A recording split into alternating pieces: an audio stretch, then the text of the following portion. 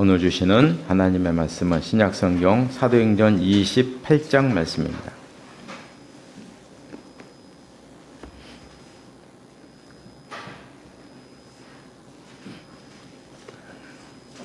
사도행전 28장 신약성경 237쪽에 있습니다. 28장 23절에서 31절까지 23절에서 31절까지 한 절씩 교독하시겠습니다. 제가 먼저 28절을 읽겠습니다. 그들이 날짜를 정하고 그가 유숙하는 집에 많이 오니 바울이 아침부터 저녁까지 강론하여 하나님의 나라를 증언하고 모세의 율법과 선지자의 말을 가지고 예수에 대하여 권하더라. 서로 맞지 아니하여 흩어질 때에 바울이 한 말로 이르되 성령이 선지자 이사야를 통하여 너희 조상들에게 말씀하신 것이 옳도다.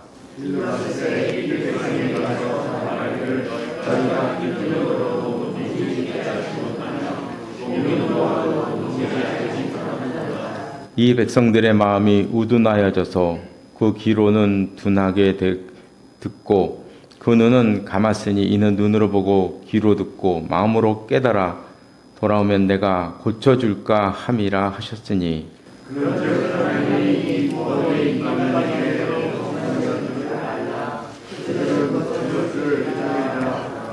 바울이 온 이태를 자기 셋집에 머물면서 자기에게 오는 사람을 다 영접하고 하나님의 나라를 전파하며 주 예수 그리스도에 관한 모든 것을 담대하게 거침없이 가르치더라. 아멘. 이 말씀이 하나님의 은혜가 함께 하시기를 바랍니다. 오늘은 바울의 전도여행과 그리고 그 전도여행 중에서 바울이 쓴 서신들에 대한 그 내용을 세 번째로 하는데요. 오늘이 그 마지막 날입니다. 근데 오늘 본문 29절에 보면 한번 보시면 없음이라고 되어 있어요. 그죠? 29절 없음. 그럼 우리는 없음 그러면 29절을 빼고 30절을 29절로 하고 31절을 30절로 하면 되는데. 그렇죠? 네. 왜 없음이라고 이렇게 이상한 했을까?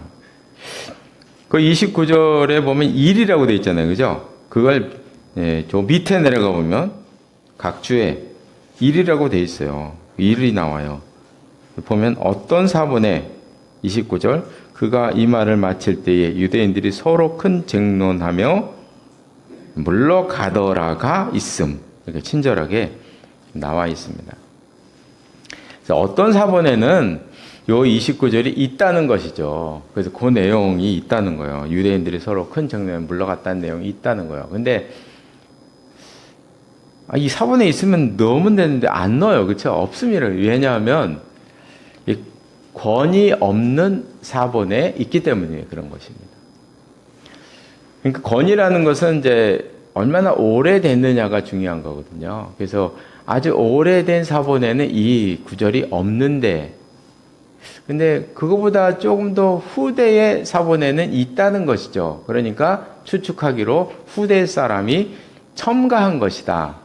요거는 첨가한 것이다. 원래는 없었다. 이렇게 우리가 판단을 하는 거예요. 그래서 권위가 좀 떨어진다고 생각해서 본문엔 안 넣고 그저 거기에는 없음이라고 해놓고 다른 사본엔 그게 있다. 이렇게 표시를 해 놓은 것입니다. 또 어떤 걸 보면 또 가로친 데도 있어요. 가로친 거. 가로친 본문이 있어요. 그건 뭐냐 하면 가로친 본문은 아예 없앨 정도는 아닌데 어떤 사본에는 없다는 거. 아주 권위 있는 본문에는 없는데 아주 없앨 만큼 권위 없지는 않고 그 사이에 있는 본문은 또 이렇게 가로쳐서 놓고 이렇게 좀 등급을 나누어서 그래서 성경을 보면 상당히 연구를 많이 한 정말 문서적으로도 상당히 연구 많이 한 책입니다. 연구를 많이 했어요. 역사적으로. 이런 걸 보면 우리가 느낄 수가 있습니다. 그럼 이제 주보에 이제 보시면, 네, 주보에 교환이 나와 있는데요. 바울의 전도 여행과 서신들 세 번째 돼 있는데, 그걸 보면 이제 연대기, 지금까지 했던 연대기를 쭉 적어 놨습니다. AD 46, 48년도에 그 사이에 1차 전도 여행이 있었고요. 1차 전도 여행 끝나고 갈라디아서를 기록했습니다. 그 다음에 이제 AD 50에서 52년도에는 2차 전도 여행이 있었고, 2차 전도 여행 중에 데살로니가 후서를, 전후서를 기록했고요. 그 다음에 이제 AD 53년에서 57년도에는 이제 3차 전도 여행을 했었는데, 그 여행 중에 고린도 전후서와 로마서를 기록을 했습니다. 그리고 이제 AD 57년에서 63년도에 예루살렘에서 체포되어서 가이사라에서 이제 3년을 지냈죠. 그래서 여기 보시면 예루살렘에서 요 밑에 있습니다. 예루살렘에서 잡혀서 이제 가이사라는 곳에 3년 있었어요. 무려 3년이나 감옥에 갇혀 있었는데요. 3년 동안 감옥에 갇혀 있었기 때문에 오늘 첫 번째 할 옥중서신 있죠. 에베소서, 빌립보, 골로새, 빌로몬 이 네 개의 옥중서신을 어떤 학자들은 이 가이사라 감옥에 있었던 3년 동안 쓴 것이다 이렇게 말하기도 해요. 어떤 학자는. 그게 상당한 일리가 있죠. 왜냐하면 3년 동안 감옥에 갇혔기 때문에 썼을 있어요. 그 가능성이 충분히 있습니다. 그 다음에 이제 시돈에서 배를 타고 제수의 몸으로 무라라는 곳에서 배를 갈아타고 쭉 가서 그레데 섬의 미양이라는 곳에서 잠깐 있다가 베닉스로 가려고 배를 탔는데 엄청난 풍랑을 만나서 유라굴로라는 엄청난 풍랑을 만나서 여기서 정말 생고생을 했죠. 2주 동안 먹지도 못하고 해도 못 보고 죽을 고생을 하다가 하나님의 은혜로 이 멜리데라는 섬에 도착하게 됩니다. 그런 다음에 이제 수라구라라는 곳, 레기온이라는 곳을 거쳐서 보디올, 그리고 이렇게 쭉 올라가서 이제 로마로 드디어 입성하게 됩니다. 바울이 계획했던 로마로 가게 되는데요. 그래서 이 여행을 가리켜서 어떤 학자들은 4차 여행이다 이렇게 말을 하기도 해요. 하기도 하는데 사실 이 여행을 뭐 1, 2, 3차와 같은 전도 여행에 좀 두기가 좀 그렇죠. 그죠? 죄수의 몸으로 끌려갔는데 그래서 이 여행을 구분해서 그냥 로마 여행이다 이렇게 보통 얘기합니다. 그래요. 전도 여행은 1, 2, 3차로 마치고 그 다음에 이제 로마 여행으로 로마로 가게 됩니다. 그래서 오늘 본문 말씀이 로마에서 있었던 일이 있는데요. 이 로마에서 오늘 보면 23절에 보면 그들이 날짜를 정하고 그가 유숙하는 집에 많이 왔다. 유숙하는 집에 있었다. 그리고 30절에 보면 바울이 온 이태를 자기 셋집에 머물렀다. 지금 바울은 황제 앞에서 재판을 받으려고 온 죄수잖아요. 그죠? 죄수인데 감옥에 갇히지 않고 자기 셋집에 머물렀어요. 이틀 동안. 이게 로마 시민권자의 권리입니다. 로마 시민권자는 그 재판을 받기 전에 가택연금을 했어요. 그래서 자기 지인과 종들과 아는 사람들이 마음껏 드나들 수 있도록 그렇게 배려를 했죠. 그래서 로마 시민권자였기 때문에 감옥에 가지 않고 셋집에 머무르면서 그 셋집에서 마음껏 많은 사람들을 청해서 그렇게 복음을 전하는 2년 동안이나 그런 일을 하게 되었습니다. 그래서 이 청한 사람들 23절에 그들이인데 이들이 누구냐 하면 17절에 나와요. 17절에 보면 사울 후에 바울이 유대인 중 높은 사람들을 청했다고 되어 있어요. 바울이 로마에 도착하자마자 가장 먼저 한 것이 유대인 중에 유대인 회당이 있었으니까 로마에도 그들 중에 높은 사람들 랍비들과 아마 제사장들과 뭐 이런 사람들일 거예요. 제사장들도 막 여기저기 막 흩어져 있었기 때문에 그런 사람들, 관리들, 그 부유한 사람들, 이런 사람들을 이렇게 모아다가 복음을 전했어요. 우리가 로마서에서 본 것처럼 사도 바울은 늘 마음속에 갈망이 있었어요. 자기 동족에 대한 갈망이 있었어요. 어떻게 하면 저 동족을 하나님께로 이끌까? 이게 이방인의 사도였지만 늘 마음속에 있었던 생각이었거든. 그러니까 이제 가택 연금에 있으면서 특별히 이 유대인들에게 상당한 관심을 가지고 그들에게 복음을 전하려고 노력을 했습니다.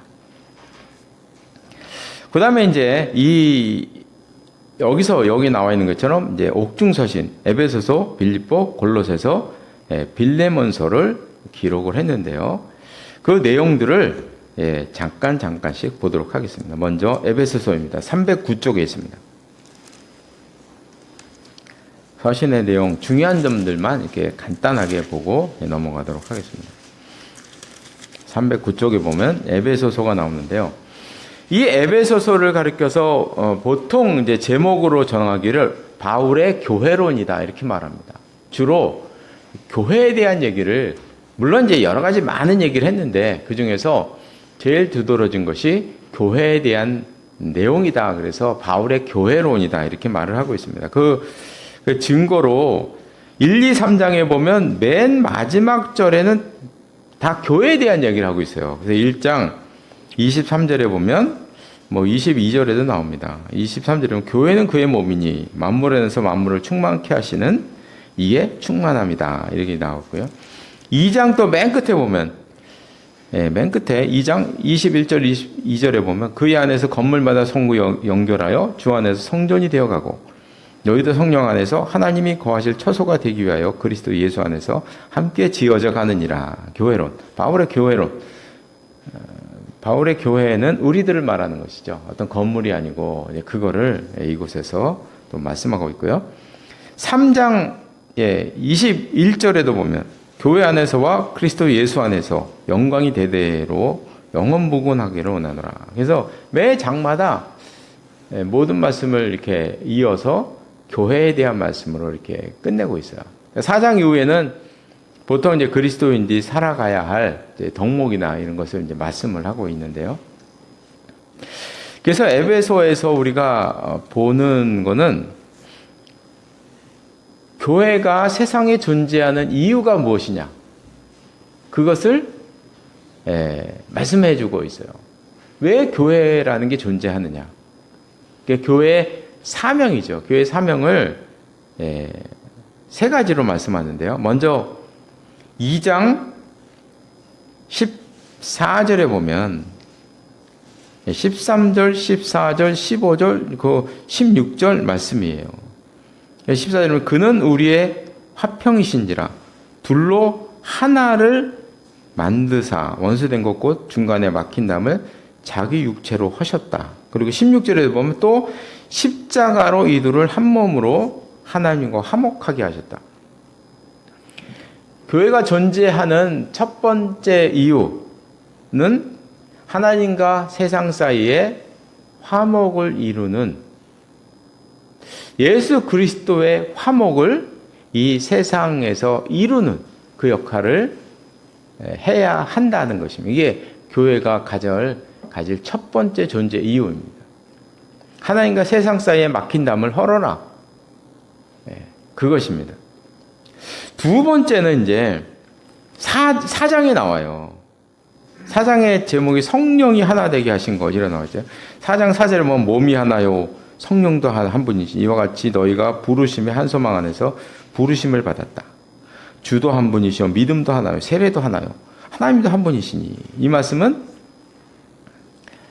사람들 사이에 그 화목을 말하는 것입니다. 첫 번째는 하나님과 세상 사이에 화해를 해야 된다. 이게 이제 첫 번째 사역이고, 두 번째 교회의 존재 이유는 사람과 사람 사이에 화목을 이루어라 하는 것이 두 번째 교회가 해야 할 일이라고 말씀하고 있고요.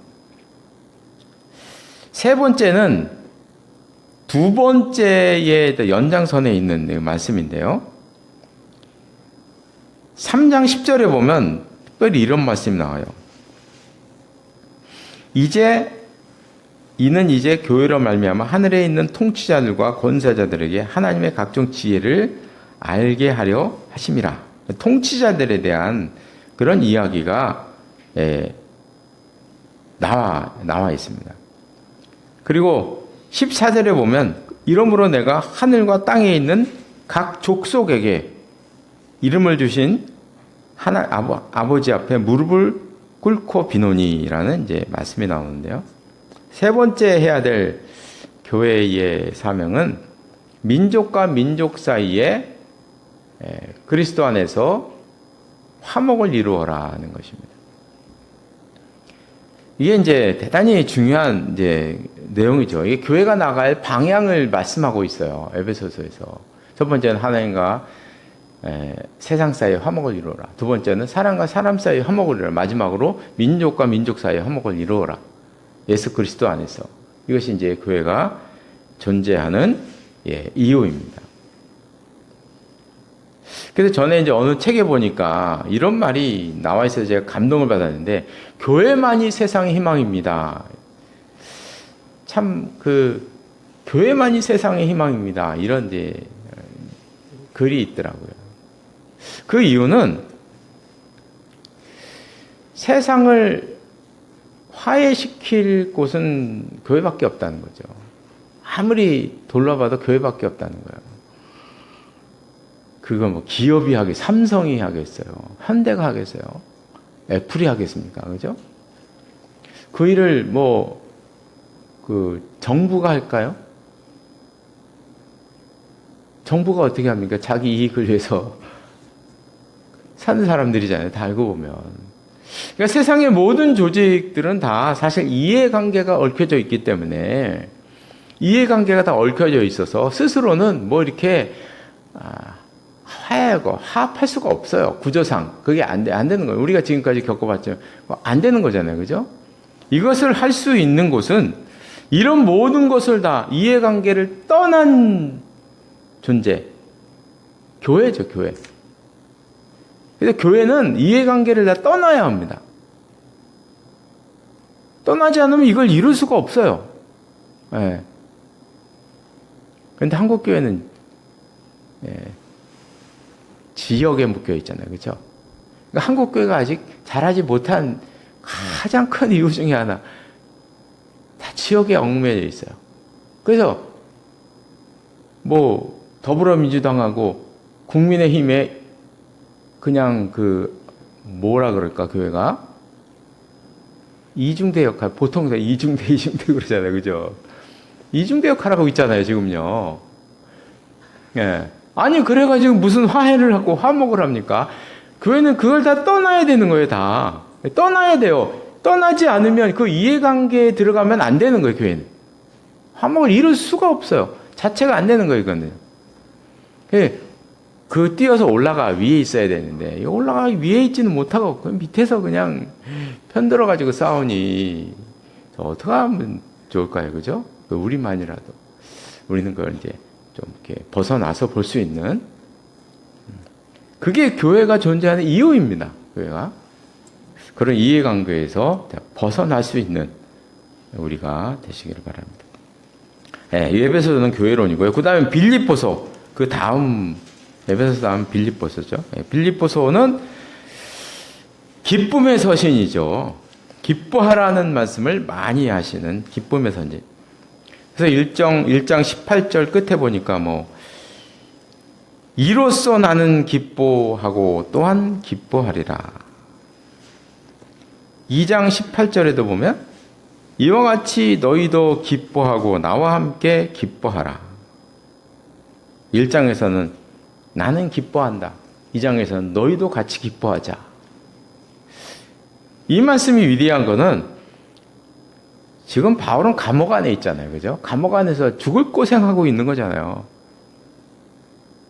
가이사라에서 기록했다면 진짜 저기는 죽을 고생이고, 그나마 로마에서는 가택연금이니까 그래도 죽을 고생은 아니고, 그런데 하여간 감옥 안에 있는데, 감옥 안에 있는 사람이 밖에서 자유롭게 돌아다니는 사람에게 기뻐하라는 말씀을 하고 있다는 것이죠.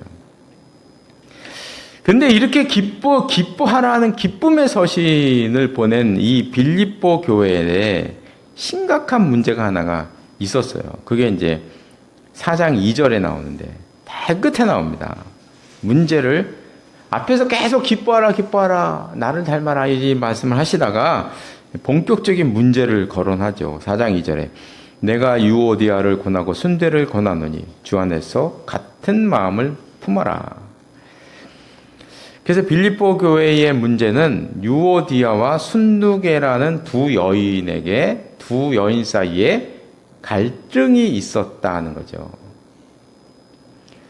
이 빌립보 교회는 아마 이 두 여인의 집에서 시작된 교회인 것 같아요. 유오디아 아니면 순두계 둘 중에 하나는 루디아일 것입니다.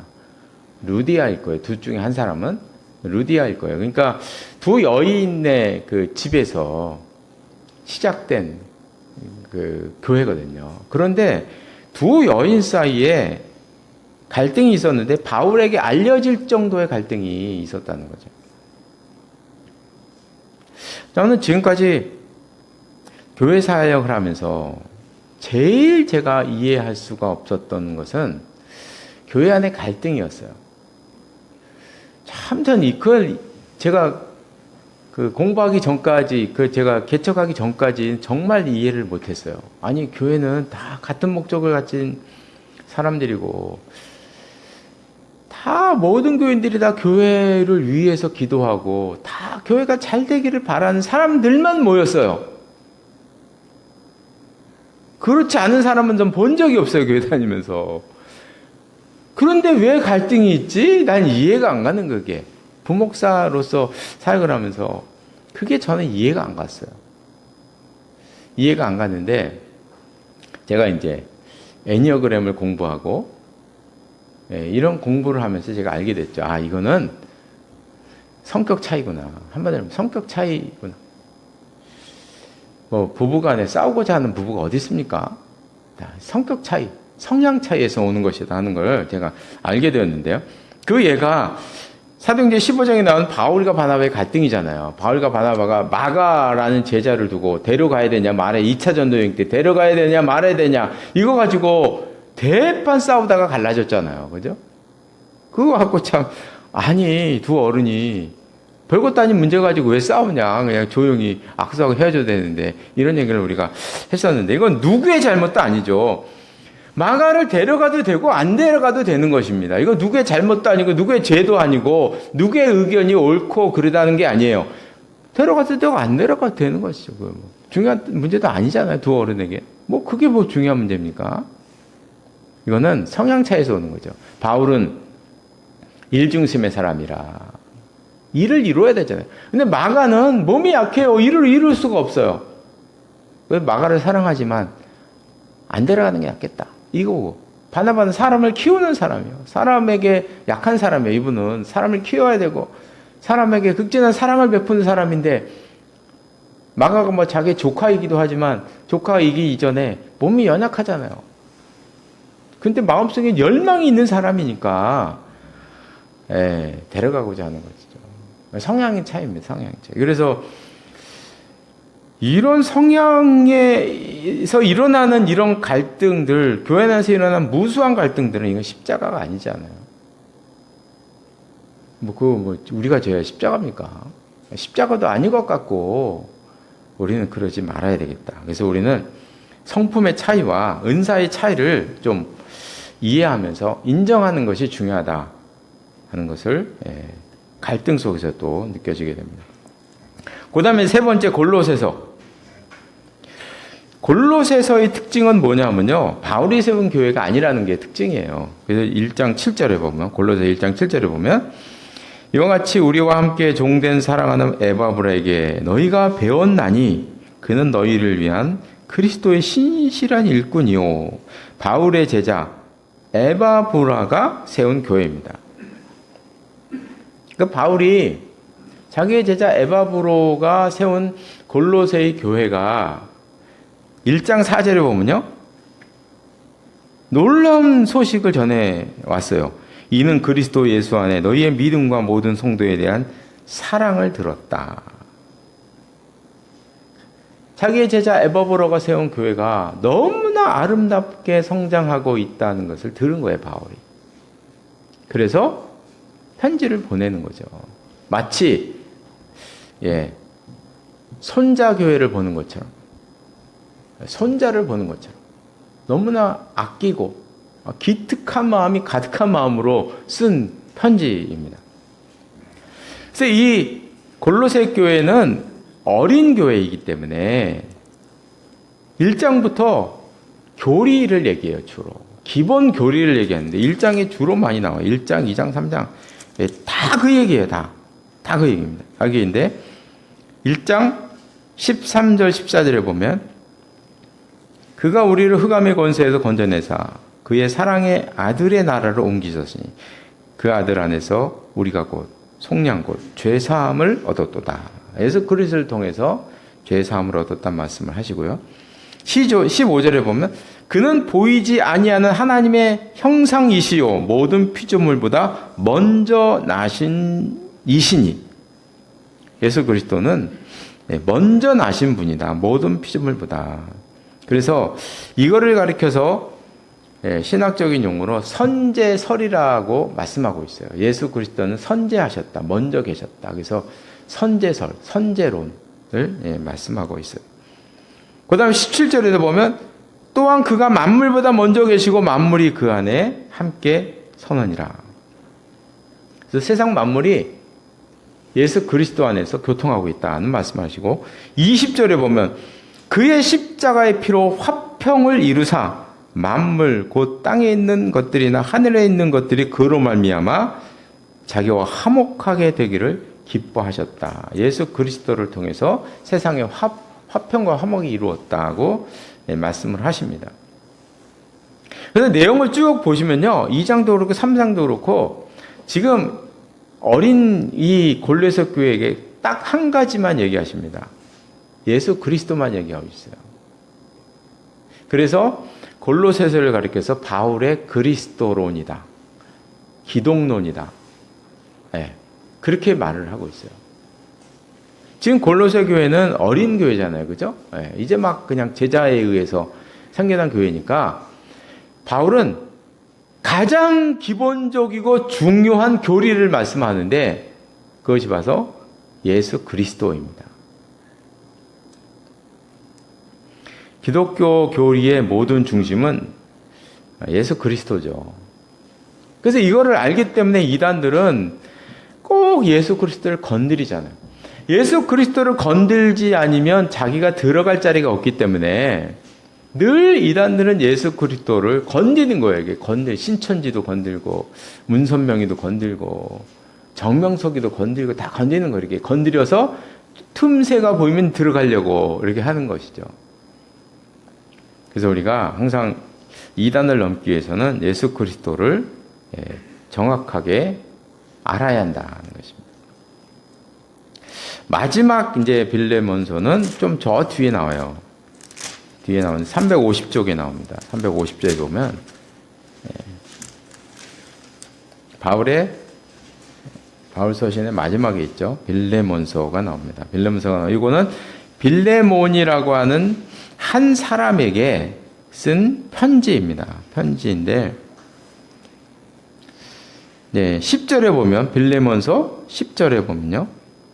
갇힌 중에서 낳은 아들 오네시보를 위하여 내가 내게 간구하노라. 이렇게 되어 있는데요. 빌레몬은 주인이고 오네시모는 빌레몬의 노예였습니다. 노예입니다. 근데 11절에 보면 그가 전에는 내게 무익하였으나 이제는 나와 내게 유익하다. 그래서 12절에 보면 내게 그를 돌려보낸다. 이런 말씀이 나와요. 이 오네시보가 빌레몬이라는 사람의 노예였는데 도망간 겁니다.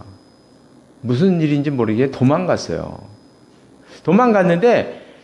도망가서 이제 죄를 저질러서 감옥에 갇혔는데 그 감옥에서 바울을 만난 것입니다. 바울을 만난 거. 그래서 바울의 제자가 되었어요. 바울의 제자가 되었으니까 지금 사도 바울이 빌레몬에게 편지를 하는 거예요. 그래서 그 내용이 이제 오늘 본문의 내용인데요. 한번 그 14절에 보면 이런 말씀이 나와요. 14절에 보면 다만 내 승낙 없이는 내가 아무것도 하기를 원하지 아니한다. 이런 말씀이 나와요. 이게 무슨 얘기냐면 사실 바울은 사도이기 때문에 권위가 있어서 자기는 사실 오네시모를 그냥 데리고 있어도 돼요, 사실이요. 있어도 됩니다. 누가 뭐라고 하겠어요, 그죠? 그러나 사도 바울은 원래 오네시모의 주인이었던 빌레몬의 먼저 허락을 받고 내가 오네시모를 데려있기를 원하는 거예요. 그래서 이제 이 편지의 내용은 오네시모를 용서해 달라는 거예요. 너가 용서해라. 그리고 나한테 보내다오. 내가 나의 형제로, 나의 동역자로 내가 이 오네시모를 내가 삼고 싶다 하는 내용이 본문에 나와 있는 것입니다. 그러니까 어떤 얘기까지 하냐면요. 이제 13절 끝에 보면 이런 얘기 나와요. 너 대신 나를 섬기게 하고자 하나. 이런 말씀입니다. 이 말이 뭐냐면 마땅히 빌레몬이 바울을 섬겨야 되는데 너가 나를 섬겨야 되지 않냐. 너가 나를 섬길 수가 없으니 오네시모가 대신 섬기게 해달라. 이렇게 이제 간곡하게 이야기를 하는 것입니다. 그래서 이 빌레몬서가 중요한 이유는 어느 말씀 때문에 그러냐면요. 16절과 17절 말씀 때문에 그런 거예요. 그리고 16절에 보면 이후로는 종과 같이 대하지 아니하고 종 이상으로 사랑받는 형제로 둘 자라. 요 말씀이죠. 지금 빌레몬에게 오네시모는 빌레몬의 노예잖아요. 노예가 어떤 존재인지는 우리는 그 옛날 영화 보면 다 알잖아요. 그죠? 근데 그 노예를 들고 얘기하는 거예요. 빌레몬에게 너의 종이 아니고 형제와 동역자로 받아들이라는 얘기예요, 지금. 참 어려운 얘기죠. 아니, 자기 노예를 형제와 동역자로 받아들이라는 거예요, 지금. 받아들여라, 너가. 간곡하게 이렇게 얘기를 하는 거예요. 그래서 빌레몬서가 놀라운 서신입니다. 노예를 형제로 동역자로 받아들이라는. 그 다음에 이제 시간이 좀 그래도 이제 할 거는 하겠습니다. 오늘은 좀 늦어도. 그 다음에 이제 그 AD 63년에서 66년에 얘기인데요. 사실 사도행전은 그 가택연금으로 끝이 났어요. 그래서 이 이후에 바울이 어떻게 됐는지는 사실 아무도 모릅니다. 여기에서 이제 많은 학자들이 둘로 갈리죠.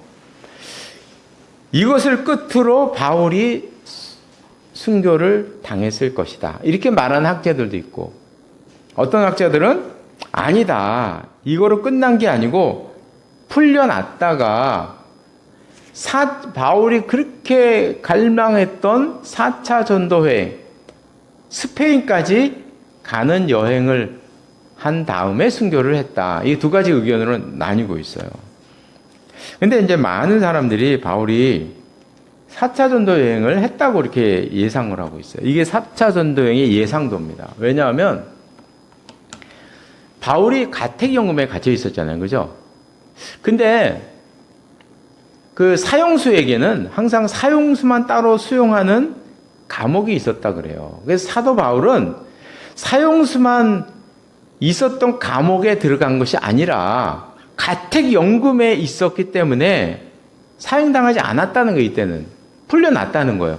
그런 다음에 몇 년 후 나중에 감옥에 갇혀서 그때 비로소 참수를 당했을 것이다. 이렇게 예상을 하는 거예요. 왜냐하면 가택연금이었기 때문에 풀려났을 것이다. 이렇게 예상을 해요. 그래서 바울이 이제 4차 전도여행을 했을 것으로 예상하는데 예상도가 에베소부터 시작해서 이 빌립보, 마게도냐를 거쳐서 로마로 갔다가 바울이 그렇게 가고자 했던 스페인에 갔다가 그레데를 지나서 다시 에베소로 왔다. 이게 이제 4차 전쟁의 예상도인데 이렇게 말하는 데 또 이유가 있습니다. 한번 뒤로 가서 디도서를 보면 디도서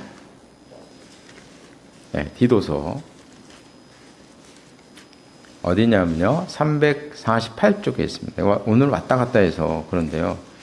그래도 이제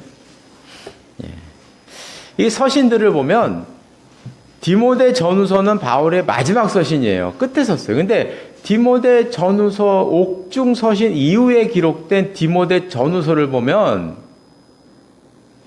또 다른 지역에 방문한 얘기가 나온다는 거예요. 그래서 디도서 1장 5절에 보면 이런 말이 나와요. 내가 너를 그레데에 남겨둔 이유는 남겨뒀다는 같이 갔다는 얘기잖아요. 그죠? 같이 갔다가 자기만 뭐냐고 남겨놨다는 얘기거든요. 그러니까 남겨놨다는 거예요. 이 얘기는 다시 말하면 옥중 서신을 기록한 이후에 바울이 그레데에 갔었다는 얘기예요. 이게 지금.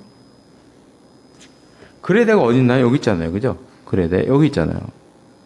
여기에 남겨놨다 하는 거예요. 그리고 또 하나가 있는데 디모데 전서, 그 앞에 있는 디모데 전서, 후서가 아니고요. 그 디모데 전서에 보면 1장 3절에 보면 이런 말씀이 나와요. 디모데서 1장 3절 337쪽에 있습니다. 내가 마게도냐를 갈 때 너를 권하여 에베소에 머물라 했다. 바울이 또 마게도냐로 가는 이야기를 하고 있다는 거예요. 후대에 기록된 서신이. 그러니까 마게도냐 빌립보가 마게도냐는 그러니까 에베소에서 마게도냐로 갈 때 디모데는 남겨놨다는 얘기죠. 그러니까 디모데는 4차 전도 여행 때 함께하지 않았다는 확률이 많아요. 바울이 마게도냐를 거쳐서 거쳐서 여기서 이렇게 왔다는 얘기죠. 그레데까지. 그럼 마게도냐 갔는데 로마랑 스페인에 안 갔겠느냐? 갔을 것으로 예상을 하는 거죠.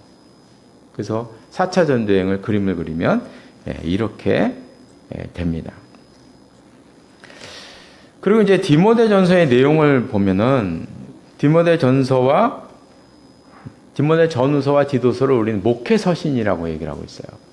그러니까 디모데와 디도가 목회자로서 그 가장 중요한 두 명의 제자잖아요. 그죠? 자기의 제자 두 명에게 목회에 관한 이야기를 썼다 하는 거예요. 교회를 어떻게 섬겨야 되느냐를 썼다는 거예요. 그래서 목회 서신을 이야기를 하고 있어요. 그래서 디모데전서 3장에 보면 사람 세우는 문제, 감독 세우는 문제를 이야기를 하는 거죠. 그래서 3장 1절에 보면 미쁘다 이 말이여 곧 사람이 감독의 직분을 얻으려면 어떻게 해야 되느냐. 2절에 보면 한 아내의 남편이 되어라. 절제해라. 신중해라. 단정해라. 그리고 이제 3절에 보면 술을 즐기지 말아라. 구타하지 말아라. 관용하고 다투지 말아라. 돈을 사랑하지 말아라. 4절에 보면 자기 집을 잘 다스려 자녀들을 모든 공손함으로 복종하게 하는 자가 되어라. 이렇게 이제 감독을 세우는, 감독은 목회자잖아요. 그죠? 목회자를 세우는 목회자의 조건에 대해서 이렇게 이야기를 하고 있습니다. 근데 우리가 객관적으로 감독의 조건을 가만히 보면요. 별게 없어요. 한 아내의 남편이 되라. 이게 감독의 조건입니다. 그죠? 한 아내의 남편이 되라. 절제해라. 술을 즐기지 말아라. 돈을 사랑하지 말아라. 자기 자녀를 잘 키워라. 이 내용은 사실 우리가 따져보면 사람 구실을 하라는 얘기죠. 감독도 가장이고 아버지이고 남편이니까 그 일을 잘하는 사람이어야 한다는 얘기. 한마디로 얘기하면 특별한 내용이 없습니다. 먼저 사람 구실을 잘 해라. 그런 사람들을 감독을 세우라는 거예요. 근데 우리나라 교회의 그 문제 가운데 하나는 뭐냐면 이런 조건들이 무시되고 있다는 것이죠. 무시되는 것보다도 이런 그냥 보통 사람, 보통 평범한 사람이 가져야 될 인격, 성격, 그 좋은 성품 뭐 이런 거잖아요. 그죠?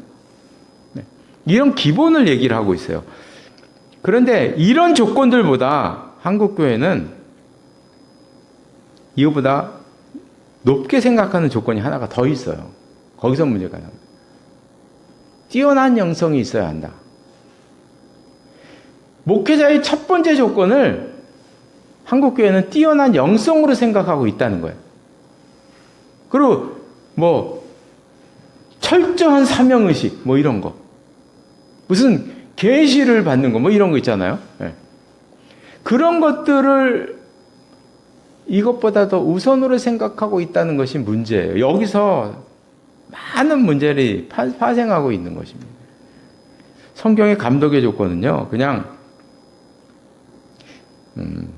평범한 사람의 그 기본적인 역할을 감당하는 사람. 그것이 조건이에요. 그 이상 그 이하도 없어요. 그 이상 그 이 또 있나요? 없잖아요. 그렇죠? 우리가 기억할 필요가 있습니다. 그 다음에 이제 디도서는 아까 본 것으로 마치도록 하겠습니다. 글에 대해서 글에대를 너도 잘 섬겨라 하는 내용이 비슷합니다. 그 다음에 이제 마지막 내용을 보면요. AD 67년도쯤으로 확실치는 않으니까 제가 그 물음표를 해놨는데요. 62세입니다. 62세 때 로마에 2차 투옥을 하는데 이때는 이제 투옥된 것이 가택연금이 아니고 진짜 감옥에 이제 했다고 해요. 그래서 바울이 여기가 이제 감옥이었대요. 어마어마한 건물이 있어요. 이 감옥의 구조는 지하와 1층, 2층으로 되어 있는데 지하에는 로마의 로마 지하 감옥 유명하잖아요. 그 감옥입니다. 로마의 지하 감옥입니다. 이 지하 감옥에서는 이제 중재인이 있는 거고요. 1층에는 보통 사형수가 머물고요. 2층에서는 사형을 집행하는 장소였다 그래요. 그래서 보통 사람들은 중재인은 지하 감옥, 그냥 사형수는 1층, 2층에서 사형당해서 그냥 버린대요. 바다에 그냥 버린대요. 사형시켜서 버린답니다. 그렇게 돼 있는데 사도 바울은 로마 시민이잖아요. 그죠? 로마 시민입니다. 로마 시민이었기 때문에 이 건물에서 죽지 않았다 그래요. 이건 보통 사람들은 이렇게 죽었고 그 로마 시민인 경우에는 참수를 하는데 참수한 장소는 여기라고 그래요. 여기. 근데 지금은 참수한 장소가 이렇게 돼 있어요. 오스티안 길이라고. 이게 바울이 마지막 걸었던 길이라고 이렇게 여기 순례자들이 걷고 있잖아요. 그죠? 이게 바울의 마지막 길이고요. 여기가 이제 바울이 참수당한 곳이라고. 우리는 참수 그러면 어마어마한 벌이라고 생각하는데 참수가 그 로마 시민에게 배려한 마지막 황제의 배려라 그래요. 그 순간적으로 이렇게 탁 죽기 때문에 제일 고통이 적은 그래서 참수가 돼 있어요. 여기서 이제 참수를 당했는데 지금은 이렇게 막 건물 있고 교회도 있지만 그 역사적인 이게 탐방해 보면 여기는 그냥 허벌판이었고요. 어떤 언덕이었어요. 언덕에 무슨 이게 요만한 그 돌로 만든 이 단이 있어서 여기서 이렇게 머리를 이렇게 대밀고 여기 참수를 하는 그런 장소였습니다. 이렇게 해서 바울이 참수를 당했다고 되어 있고요. 그다음에 마지막 2차 투옥 시에 바울의 마지막 편지인 디모데 후서를 기록을 했고 아마도 이때 누가가 사도행전을 기록한 것을 도왔을 것이다. 이렇게 이제 예상을 하고 있어요. 그래서 사도행전 기록하는 도와주는 역할을 바울이 아무래도 누가가 바울의 그 만난 전의 얘기는 모르잖아요. 그런 것들을 자료를 받고 이때 아마 기록을 도와주었을 것이다. 이렇게 이야기를 하고 있습니다.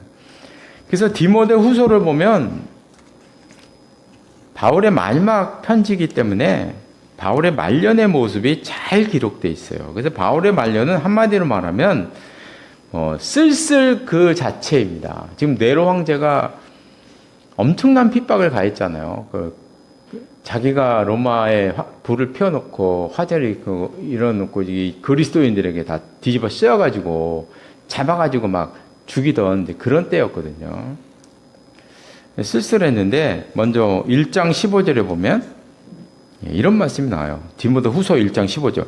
아시아에 있는 모든 사람이 나를 버렸다. 많은 사람들이 바울을 떠났어요. 아마 이 네로 황제의 핍박 때문에 견디지 못하고 많은 사람이 떠난 것 같아요. 우리는 뭐 이해를 하죠. 그죠? 그 다음에 이 내용이 4장 10절에 또 나와요. 4장 10절에 보면 대만은 이 세상을 사랑해 나를 버리고 데살로니가로 갔고 그레스게는 갈라디아, 디도는 달마디아로 갔다. 디도는 아마 선교여행 때문에 갔을 거예요. 데마, 그레스게 이 사람들이 바울을 버린 것 같고요. 누가만 나와 함께 있다. 그러면서 이야기를 하죠. 그러면서 이제 9절에 보면 너는 어서 속히 내게로 오라. 지금 바울은 죽을 것이 임박했다는 것을 이제 알고 있는 거죠. 이제 끝이 다 왔고 분위기를 보면 알잖아요. 그죠? 이제는 여기서는 살아나갈 수 없다는 걸 이제 알게 되는 거죠. 그래서 바울의 가장 사랑하는 아들 디모데를 마지막으로 이제 만나고 싶어서 빨리빨리 와라 하고 이렇게 서두른 얘기 나오고요. 그 다음에 이제 13절에 보면 내가 올 때에 드로아 가보의 집에 있던 겉옷을 가지고 와라. 그리고 성경책을 가져와라 되어 있는데요. 겉옷을 가지고 와라. 왜 겉옷을 가져오라 했느냐? 21절에 보면요. 너는 겨울 전에 어서 오라. 지금 겨울이 오는 거죠. 바울의 나이가 연세가 62세. 하도 고생을 많이 해가지고 맞은 게 많아가지고 몸이 너무 허약한 사람이라 벌써 추운 거예요. 막 추워가지고. 그래서 올 때 빨리 겉옷을 가지고 나한테 와라. 그래서 마지막으로 디모데가 보고 싶은 이야기를 이제 쓰고 있습니다. 그래서 이 바울의